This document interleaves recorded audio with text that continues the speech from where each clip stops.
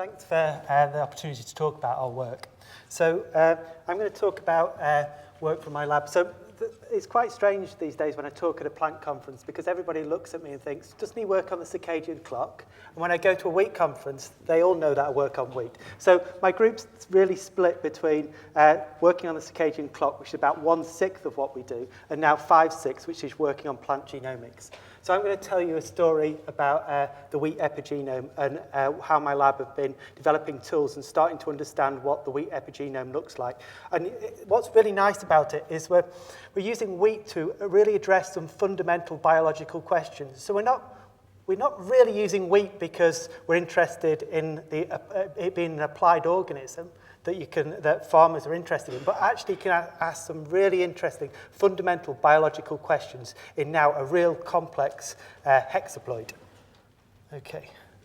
So wheat's actually a fantastic model to look at some fundamental questions, and that's one of the things I really want to get over to you. So what I'm going to do today is really talk about what does methylation look like in a complex hexaploid genome? So that's really what we're going to be focused on. But the technology that we've developed is allowing us to address a number of other questions that are kind of key fundamental biological questions. So what's the role of methylation when you form a new polyploid, or when you do some of these Y crosses? What's the effect of methylation on these Y crosses? And then we want to look at how much variation there exists within the wheat epigenome, and what selective pressures breeders have been putting on the wheat epigenome over these tens of thousands of years. Okay. So before I just jump in there, I just wanted to explain so wheat's a allohexaploid. So originally there was 3 progenitors, Triticum agartum, Aegilops speltoides, and Aegilops tauschii. And then about 1 million years ago, these two came together to form tetraploid wheat. And tetraploid wheat is now Triticum durum, and this is your pasta wheat.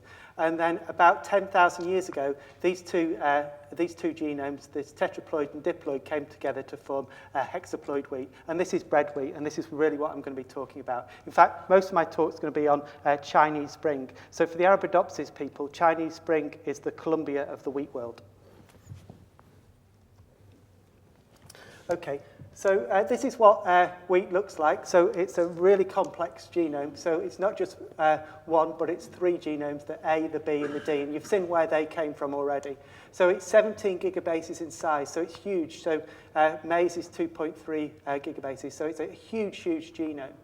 And these 3 genomes are all closely related. So there's about 1 point mutation every 100 base pairs between these 3 genomes. And most of the genomes are repetitive. So 89% of it is repetitive sequence or transposons. So the fact that you've got these homologous SNPs that allow you to tell the difference between these 3 genomes is a really useful tool. So that allows you to look at whether the methylation we're going to look at is methylation in the A, the B, or the D genomes. It allows you to distinguish between the 3 genomes. Also, from a transcription point of view, the fact that you've got these homologous SNPs allows you to assign transcripts to these 3 genomes as well. So that's a really, really useful tool that allows you to look at this, both methylation and gene expression in this complex hexaploid. Okay, so I'm going to be talking today about epigenetics. So, and I think we all know what epigenetics is, but there's kind of DNA methylation and histone methylation. I'm going to be focused on DNA methylation. And in plants, we see these 3 types, this CG, this CHG, and this CHH. And methylation in promoters tends to be linked with gene silencing. Okay. So the trick that we use to look at methylation is this bisulphite treatment. So you isolate DNA, and then you treat with bisulphite. And what bisulphite does is it converts any of the Cs that aren't methylated to Us, and then finally to Ts.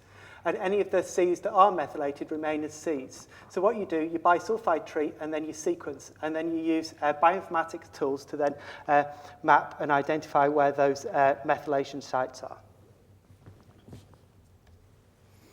Okay. So I've said that wheat's a big genome, 17 gigabases in size. So to sequence even the wheat methylome, is going to cost you about £35,000. So what we wanted to do is develop a technology that allows you to rapidly and cheaply survey the wheat epigenome. So we used a trick, which is we designed capture probes to capture the genic portion of wheat. So when I say genic, I mean promoters, 5' UTRs, 3' UTRs, introns, exons. So we developed a capture method, and these baits were about 120 base pairs long. So this captures the wheat DNA, and then once we've captured, we then bisulphide, amplify, and then sequence. Okay. So what I'm going to be telling you today is data from a pilot project that led to a grant, and I'll talk at the very end about where this grant's going to go next. But this, although it's pilot data, was published in Genome Biology, so it is a pilot project, but it addresses some really quite important questions about epigenetics in wheat. So for our pilot project, we developed a 6 megabase capture space. So 6 megabases, because we capture pair-end reads, we can sequence beyond that capture space. So 6 megabases turns into 27 megabases, but because we developed it so you didn't just capture the A, but you also captured the A, B, and D with a single probe, it ended up with 81 megabases of space that we could capture. So that allowed us to capture the A, B, and D genome. Also, because we were capturing, you got off-target sequence. So we got the chloroplast for free, and also we sampled the transposons at low coverage as well. So the chloroplast for free is quite important because chloroplasts aren't methylated. So it's a really good way of checking to see whether your bisulphide treatment has worked efficiently. So this 6 megabase pilot experiment was designed to capture promoter regions and also some genes of interest, but also mainly the first exon and promoter regions. Okay. So this essentially was our bioinformatic pipeline. So you bisulphide treat, well, you isolate your DNA. So for all of these experiments, we use these single leaves, so a single leaf of Chinese spring, and we've replicated that several times. So we take a single leaf of Chinese spring, then we bisulphide treat it, or capture it, bisulphide treat it, etc., etc. Then we map using Bismarck to a collapsed reference. And then we can identify methylation. But as well as identifying methylation, we could associate each one of those reads because it had homologous SNPs with exactly which genome it came from. So we knew it was methylated, and also because of these homologous SNPs, we could identify whether it was that read came from the A, the B, or the D genome. Okay. And then we could calculate level of methylation for each of those genomes. So in this pilot experiment, we wanted to address a number of questions first. Can we see differential methylation between the 3 genomes? So are all those 3 genomes methylated in exactly the same way, or are there differences in the way that they're methylated? So can methylation be linked to gene expression? So is the differential methylation we're seeing between those genomes, is that causing differential expression from those genomes? And then we did a kind of a molecular biology environmental stress, a molecular biologist environmental stress treatment, which was we grew plants at 12 and 27 degrees centigrade to see whether a small environmental change would cause a difference in methylation state. And then finally, we've been looking at how methylation is conserved over time. So we did this by comparing one of the progenitors, so Aegilops tauschii. Okay. Oh, yeah. So this is the first kind of genome level look at methylation. So what we're looking here is the 3 types of methylation, so CPG, CHG, and CHH. And we're looking at, for each site, the level of methylation you see. So for CPG, you tend to get a lot of methylation where every single read is methylated. Whereas for CHG and CHH, you tend to just see a proportion of the reads methylated. So this is not really that interesting, but what's important is this matches exactly what you see in other plants like maize, rice, and Arabidopsis. And also what you can see is I've split the genomes A, B, and D, and you see exactly the same pattern in the A, B, and D genome. So that's kind of a stamp collecting slide. So what we can now do is we can go in and have a look at whether we see genome-specific methylation. So we can kind of divide our methylation into 3 types. So trimethylation is where you've got all 3 genomes methylated. Bimethylation, you've just got 2 genomes methylated. And then unimethylation is you've just got 1 genome methylated. So most of the methylation we saw was this trimethylation, so all 3 genomes were methylated. But we did see this and this unimethylation. And then if you look at the unimethylation, we didn't see an enrichment for any of the genomes. So each of the genomes had around about the same amount of uni-specific methylation, but the same amount of unimethylation. So there was no enrichment of hypermethylation of the D compared to the A or B. Okay. So then we can do the same kind of stuff, but now we're looking now at so we're taking the uni and bimethylation, trimethylation, just looking at across the whole of the genome. And what you see here is that methylation tends to be evenly distributed across the genome. There's no kind of hotspots, and these hotspots might have been interesting from a point of view of maybe they were recombination hotspots, but we don't seem to see that. So methylation is evenly distributed. So we're currently in the process of taking all these methylation sites and anchoring them on the ensemble wheat genome. So in the next couple of weeks, you'll be able to go and search for your gene of interest on ensemble wheat and look at its methylation state. Okay. So the next kind of thing we could do is we could take the uni, bi, and trimethylation and look at those different types of methylation pattern you were seeing. So for the non-transcribed regions, we saw kind of similar to what you'd see at the we saw similar patterns in the tri, bi, and uni. So the similar proportion of CPG to CHG and CHH. However, when you started to look now at the tri compared to the bi and uni for the transcribed regions, you saw a different pattern.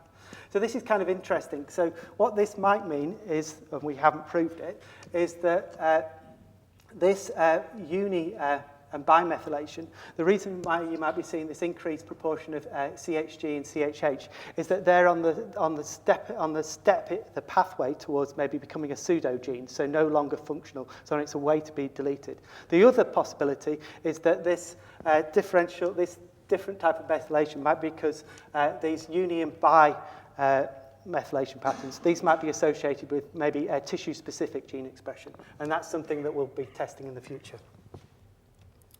Okay, so the next question that we wanted to address, so we've now established, you see, differential methylation between the A, B, and D genome, but most of it is trimethylation, but we do see this differential methylation, is whether that differential methylation is associated with changes in transcription.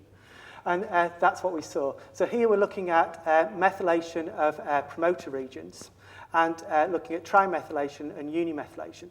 So if only the A was methylated, expressed, only the A was expressed, then you'd expect that to be 100%. If it was even, so the A, the B, and D were evenly expressed, you'd expect it to be 33%. So for the trimethylation, we saw a big peak around about 33%. So that means that if you're trimethylated, you normally got even expression between the A, the B, and the D genome. However, when you look at uni genome methylation, you see starting to move away from that 33%. So you see some that are more one and some that are less. So you're getting this movement away. So it seems that genome methylation does correlate with changes in gene expression, or genome-specific gene expression. Okay. So the other thing that so that answers 2 of our questions now. So methylation does seem to be responsible in part for genome-specific gene expression, and we do see this differential methylation of the A, B, and D. So the next question was to look at the effects of temperature. So what we did is we grew our plants at 12 and 27 degrees centigrade, and then looked at the methylation differences between plants grown at 12 and 27 degrees centigrade. And essentially, we saw no differences in methylation between 12 and 27 degrees centigrade. They were almost completely identical. So we saw 0.1% differences in methylation. So if you compare that to the kind of changes in gene expression you'd be seeing between those two temperatures, you're expecting perhaps 30% of genes would be differentially expressed between those temperatures. We see very little changes in methylation. However, if you go in and look at the gene ontology associated with this differential methylation, then they tend to be stress-induced genes. So it kind of does make a sense that these should be being methylated, but it's only a very small fraction. So if you compare that, we did a kind of a crappy experiment where we took Chinese spring that was harvested in 2002 and compared that to our Chinese spring we're using in the lab, which was harvested in about 2014, so over 12 years in difference. So we saw about a 0.19% difference in methylation state between those two. So Chinese spring that's been grown, this is a really crap experiment, but Chinese spring that has been grown is kind of a difference. We don't know how many generations it is between those two because we just got them out of a stock centre. But at least it seems that they were pretty damn similar. And when we did our repeats, they were almost identical. So we do see some hypermethylation at 27 degrees centigrade, and that correlates with changes in gene expression, and there is some similarity with the kind of Go ontology, but it's a very, very small fraction. Okay, so that was all Chinese spring. So the next thing was to look at tauschii. So tauschii is meant to be the D-genome progenitor. So what we did is exactly the same experiments, this time capturing tauschii rather than Chinese spring. So when we look at uni-genome methylation, we expected it all to be D-specific. But we definitely see enrichment for D-specific, but we also see B and A-specific. And this might be quite interesting because as suddenly as you made this hybridization 10,000 years ago, what might have happened is it came in and also affected maybe the A and the B genome. And we're going to be testing that in the projects that follow. But for the trimethylation, this seems to be highly conserved. So about 95% of that trimethylation that we saw in Chinese spring was conserved in the Aegilops tauschii. Now, we're only looking at not every single one of those sites, and the sites we're looking are where we could capture from a tauschii. So these are more conserved genes. The conserved genes between Chinese spring and tauschii tend to share exactly the same methylation pattern. Okay, so I've got only a couple more slides. So where are we going next? So currently what we've done is we've took a Watkins collection. So if you want to read more about the Watkins collection, there's this paper from Simon Griffiths' lab. So what Simon did is he took a selection of land races. So originally there were 7,000 of these, but he took 826. It kind of explains the phenotypic variation of the Watkins collection. And from that identified a core set of around 120 land races from the Watkins collection that explains most of the genetic diversity. So what we're currently doing is we're now sequencing the epigenome of these 120 different lines.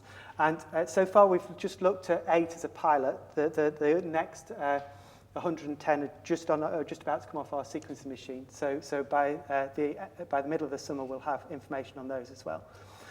So here we're looking at, because these genomes, because they're more related to hexaploid wheat, we can look at more comparable sites. So, but 83% of the trimethylation is conserved across these Watkins collections. So this number's lower than that of tauschii, but that's because we can compare more sites here. So just bear that in mind. But what it is telling us is that there's definitely variation, but also conservation within the epigenome across this real diverse genetic collection.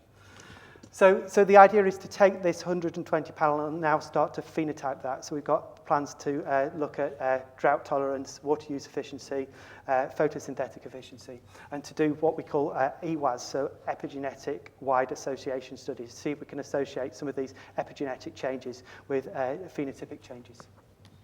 And again, from kind of the heterosis point of view, what Simon Griffiths has gone and done with the Watkins collection is he's crossed the Watkins collection, well, a number of the Watkins collection, with Paragon. So we can compare methylation state of Paragon with some of the methylation state of these Watkins collection lines as well. Okay, and he's done those crosses, male and female, so we can look at the effects of methylation on those kind of long crosses. Okay, so this is kind of what I've told you. So coming soon, you'll be able to look at your gene and see whether it's methylated, because we'll put all our data, we're just finishing putting our data onto Ensemble. So a majority of methylation is trigenome methylation, but we do see sub-genome specific methylation. Methylation tends to be linked to gene expression, temperature has small effects, and triomethylation is more stable than the genome specific methylation. So, so I've given you a real fast, rapid description of what is a big piece of work, and you can go and read all about it in our genome biology paper. And this is Laura. So Laura is the first author on this paper and a postdoc in my lab that's done most of this work. Okay, so I just wanted to finish up with where we're going. So we've now got a tool that allows us to look at the wheat epigenome, and not just the wheat epigenome of Chinese spring, but we can now look at lots and lots of different varieties of Chinese spring. So what we're planning on doing is using lots of the new genome resources and developing the capture approach still further. So the capture approach in the pilot just targeted a subset of promoters and exons. What we're doing with the new version is we're developing it so we can look at pseudogenes, we can look at exon intron borders. So it's extending what we could do originally, and it's going to be a lot bigger as well. We've also got funding to shotgun sequence the Chinese spring the Chinese spring bisulphite treated genome. So that'll kind of provide a proof for all of our kind of enrichment approach. So we're going to correlate more with these epigenomic changes with gene expression and try and understand how epigenetics is involved in acquiring new phenotypes. And the other thing that we're going to be doing is we're going to be generating synthetics. So taking diploid wheat and tetraploid wheat, and a number of different diploids and a number of different tetraploids, bring them together to produce a synthetic, and then over the next few generations look at how that genome stabilizes and look at the role that methylation plays in that stabilization process. So we'll have the epigenomes of the progenitors, but also the epigenomes of those stabilizing synthetics. And synthetics is kind of a major way of the international community are thinking about putting more variation into our wheat. Okay, I think that's it. Okay.